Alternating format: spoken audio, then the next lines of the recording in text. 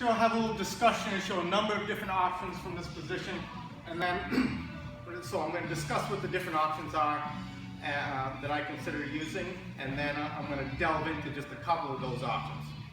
All right, recording? Okay, so basically when somebody has a daily riva and a pant grip right here, what do you do? And unlike, sometimes if you just have the heel cupped, like if you just had the heel cupped, you can kind of spin out, kick away, and then come back, because your foot is rotating out of it, and you can kind of do a big step, giant step, and a kick and get out of that. But with the pant grip, that's not so feasible. And just kind of dragging and fighting that grip isn't always the easiest thing to do. So if you are going to fight that grip, one thing that you can really do is some people like to use the long step here and really use this positional opportunity to get the best upper grip, cross-face grip you can, either really deep, regular cross-face, or you can start working the lapel into here, underneath here, and then, okay, keep that grip, and then when you're switching into the knee cut, you've really got his head turned this way, and you've got his spine turned this way, and that twisting motion makes it very difficult to keep on the grip right there. So either with that lapel or just a really deep cross-face grip and coming this way, with a lot of spinal twisting. So that's one basic option. Another grip breaking option is if you just try and smash the legs to this side, your shin kind of comes over, his shin over here. Yeah, it's not the most comfortable grip.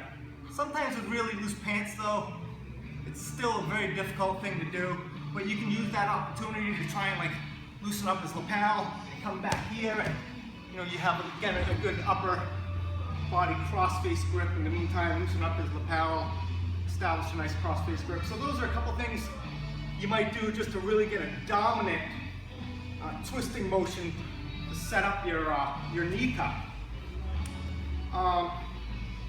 But in general, I prefer to use types of passes where the grip becomes irrelevant. There's a couple options for consideration. I don't think they're the best ones, so I'll just kind of mention them, and then we'll go deeper into the other ones after this. One thing that you might do is if a foot grip is up here, is you want to leg drag over, and as part of the leg drag, normally you want to really keep the person, keep their hips under control. But if he was to just come up and turtle this whole way, you can see that he's really just got, turn this way a little bit.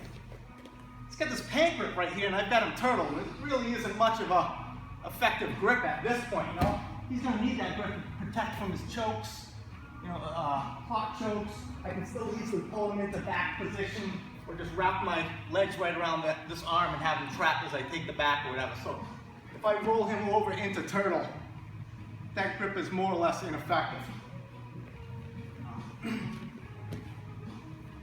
The thing you have to watch out for though when you're doing this sort of leg drag situation is he's got a pant grip here, and especially if he's got a sleeve grip here maybe, you're going to be using this hand to pull the leg over, and if you don't beat that, you have a tendency to turn your body this way. You don't have to keep holding that for now, I just kind of want to demonstrate. You have a tendency to rotate your torso this way a little bit when you're getting the hip, when you're getting the foot to come across, because you're really trying to work the hip too. And if you start going this way, you're really feeding right into the berimbolo position right here, exposing your back and just like that. So you got to be a little bit cautious about that. He's already got that grip established to get into the berimbolo. So one of the more popular options that I like to do that sets up a couple variations of passes is to just reach my hand behind my own leg. I'm going to shift my weight back here a little bit. I'm going to point my knee out, come forward here a little bit, just the best I can. I got nice balance here. I'm not leaning over like this way, and I'm not leaning on my back foot and letting this leg become light. All right, I'm just going to straighten my leg a little bit so I can rotate the knee out. I don't want it caving in. Rotate the knee out, and I'm going to reach my hand behind my own leg. And my wrist is kind of going to be around my own ankle because I'm gripping the sleeve here. My wrist is kind of crossing over my lower leg. And I don't want my forearm to be too parallel to my own lower body leg here. Okay? I want my elbow to be out, and that can kind of help kill his de la riva hook right here. And at this point, a lot of times, he'll start to bring this, he realizes he's got nothing here anymore, because I can really force this out. Yeah, he might start to bring this foot in or something that comes within reach for me.